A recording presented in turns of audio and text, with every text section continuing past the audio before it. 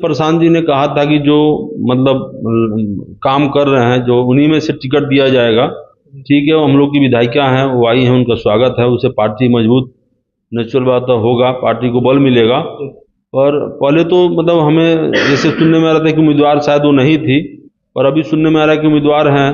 तो पार्टी निर्णय करेगा, पार्टी जिसको फाइनल करेगा तो उसके साथ देखा जाएगा। जैसे दोस्तों, बिहार विधानसभा चुनाव का बिगुल बज चुका है और सारी जो पार्टियां हैं बिहार के राजनीतिक जितने भी दल हैं वो अपने टिकट बंटवारे का दौर चल रहा है। और इसी बीच अभी हम मौजूद हैं गोविंदगंज विधानसभा सीट पे, और यहाँ पे कई सारे दावेदार जन स्वराज पार्टी के हैं। और यहाँ से देखें तो एनडीए का भी टिकट क्लियर हो चुका है, महागठबंधन का भी क्लियर हो चुका है, लेकिन जन स्वराज में कहीं ना कहीं पेज अभी तक फंसा हुआ है, क्योंकि यहाँ पे कई सारे संभावित प्रत्याशी है। और इसी बीच हम एक संभावित प्रत्याशी रविशंकर पांडे जी के पास मौजूद हैं, और ये कई सालों से जन स्वराज के लिए मेहनत कर रहे हैं और लगातार क्षेत्र में भ्रमण कर रहे हैं, तैयारियां कर रहे हैं, लेकिन अभी तक यहाँ की सीट क्लियर नहीं हुई है। इसी सब मुद्दों पर बात करेंगे। और जन स्वराज में जिस तरह से अभी टूट चल रहा है और कई सारे जो नेता हैं वो बिखर रहे हैं, इन सब सारे मुद्दों पर बात करेंगे। सबसे पहले तो स्वागत है।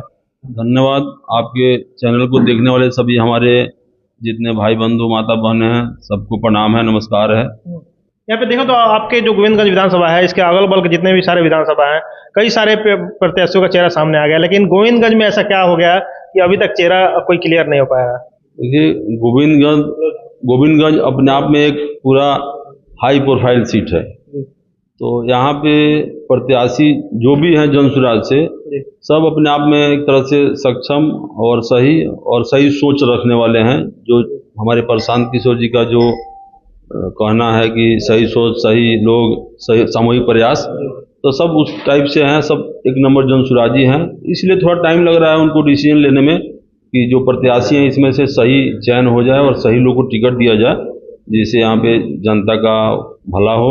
और यहाँ से जितने भ्रष्टाचार जो ब्लॉक से लेकर प्रखंड से लेकर के और जो अनुमंडल है उसमें जो लिप्त है भ्रष्टाचार से, वो सबसे मुक्ति दिला सके, इसीलिए थोड़ा टाइम लग रहा है। प्रत्याशी में हो जाएगा, आज कल में तो हो जाएगा। तो देखा जाए तो अगर जितने भी संभावित प्रत्याशी रह रहे हैं, अलग अलग जहाँ पे टिकट बंटवारे हो रहे हैं, या फिर बाकी जो संभावित प्रत्याशी अगर एक को मिल रहा है तो बाकी लोग विरोध कर रहे हैं, क्या लग रहा है कि गोविंदगंज में वो माहौल देखने को मिलेगा क्या?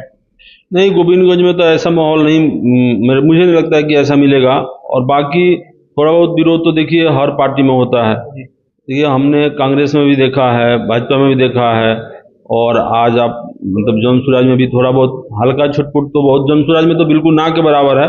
पहले से पता है कि भाई टिकट तो एक ही को मिलेगा और बताया भी गया है। तो जन स्वराज में तो ना के बराबर है। बाकी पार्टियों में आप देख ही रहे हैं, एयरपोर्ट पे भी एकदम पिटाई धुनाई हो जा रहा है, भाजपा में भी देख रहे हैं। तो ऐसा नहीं है, छुटपुट तो होता ही है, ये नॉर्मल बात है, ये हर पार्टी में है। तो गोविंदगंज की लड़ाई में जन स्वराज कितना अहम योगदान रखेगा यहाँ इस बार की विधानसभा में? देखिए, गोविंदगंज जो विधानसभा है 110% यहाँ जन स्वराज जीत रहा है। यहाँ पे बेशक देर हो रहा है थोड़ा सा प्रत्याशी चयन में, प्रक्रिया चल रही है, पर जैसे चेहरा आएगा जन स्वराज मय हो जाएगा गोविंदगंज। और ये सीट समझिए कि हम लोग मतलब भारी बहुमत से हम लोग जीतेंगे। यहाँ पे देखो तो एनडीए से इस बार एलजेपी को टिकट गया है, राजू तिवारी यहाँ से प्रत्याशी बनाए गए हैं, महागठबंधन से देखें तो गप्पू राय कांग्रेस से प्रत्याशी बनाए गए हैं। तो क्या लग रहा है कि इन सब के बीच आपकी लोग की जन स्वराज पार्टी है, इसकी लड़ाई किस तरह से देखते हैं?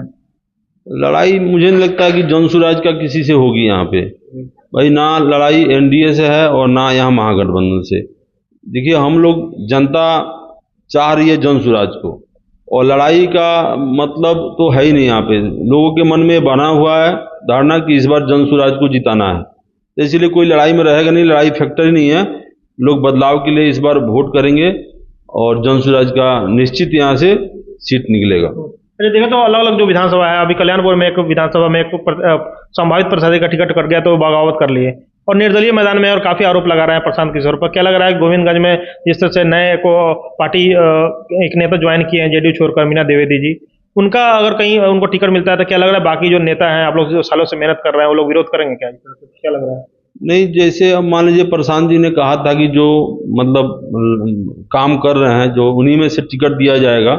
ठीक है, वो हम लोग की विधायिका हैं, वो आई हैं, उनका स्वागत है। उसे पार्टी मजबूत नेचुरल बात है होगा, पार्टी को बल मिलेगा।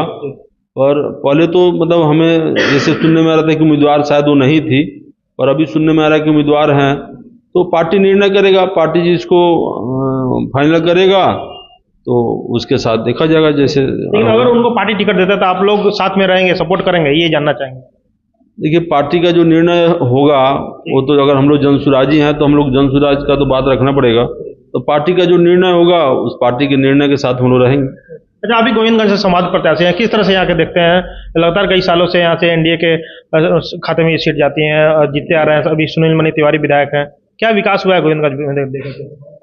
देखिए, हम पहले भी एनडीए से हमारा भी था प्रयास, जो नहीं रहा था। 2015 में अचानक गठबंधन में सीट चला गया था, तो वो भी कार्यकाल हमने देखा है, अभी भी देख ही रहे हैं। तो विकास तो नहीं हुआ, नेताओं का विकास हुआ है, पर गोविंदगंज का विकास नहीं हुआ जो धरातल पर चाहिए।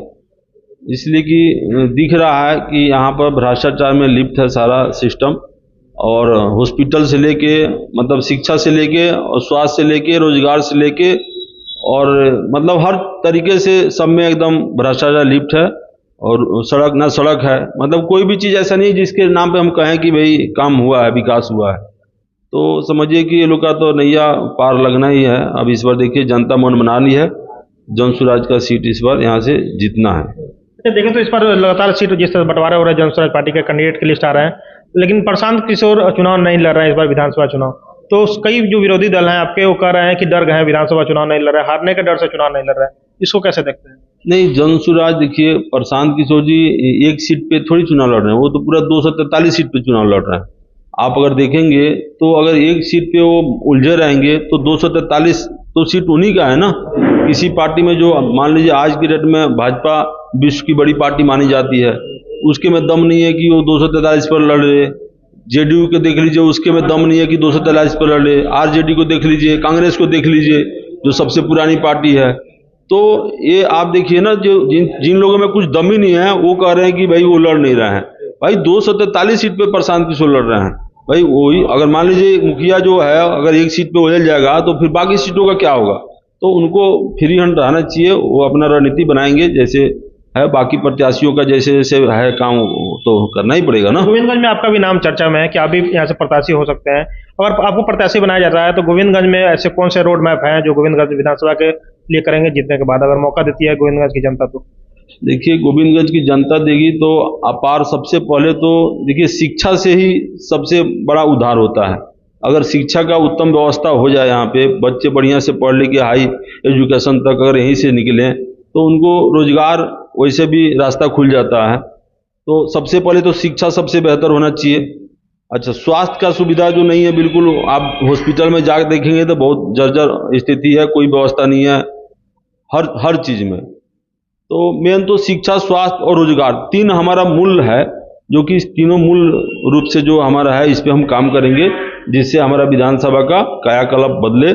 और आने वाले समय में अगर गोविंदगंज विधानसभा का नाम अगर लिया जाए तो नंबर 1 हो बिहार का, जो 243 सीट है उसमें एक सर्वश्रेष्ठ में अगर कोई आए तो गोविंदगंज विधानसभा का नाम आए। यही हमारा संकल्प है, यही संकल्प लेके हम सोच के चल रहे हैं। चलिए, इतना समय दिया इसके लिए बहुत बहुत धन्यवाद। चलिए, हमारे साथ रविशंकर पांडे थे और ये तैयारी कर रहे हैं गोविंदगंज विधानसभा से। अभी तक यहाँ सीट फाइनल नहीं हुई है कि किनको प्रत्याशी यहाँ से बनाया जा रहा है जनसुराज से, लेकिन ये भी लगातार चर्चा में चल रहे हैं और ये लगातार कह रहे हैं कि इस बार जनसुराज गोविंदगंज में जीत कर आ रही है। वीडियो में आपकी क्या प्रतिक्रिया है कमेंट बॉक्स में छोड़िएगा। आप सत्या का टाइम देख रहे थे, बहुत बहुत शुक्रिया।